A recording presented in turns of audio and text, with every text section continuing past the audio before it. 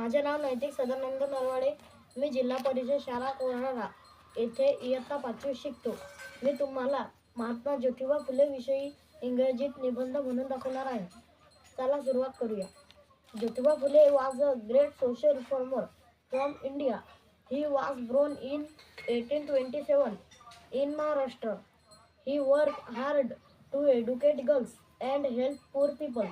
He and his wife Savitribai Phule opened the first school for girls in India. Jyotiba Phule also fought against the unfair treatment of lower caste people. He believed everyone should get an education and respect. He started many movements to bring equality to society. His work helped many people live a better life. Today he is remembered. Today he is remembered as a great leader and teacher. His efforts made India a fairer and kinder place for all.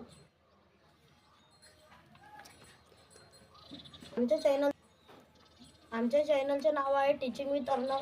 Video आवडल्यास comment करा, like करा आणि subscribe करा.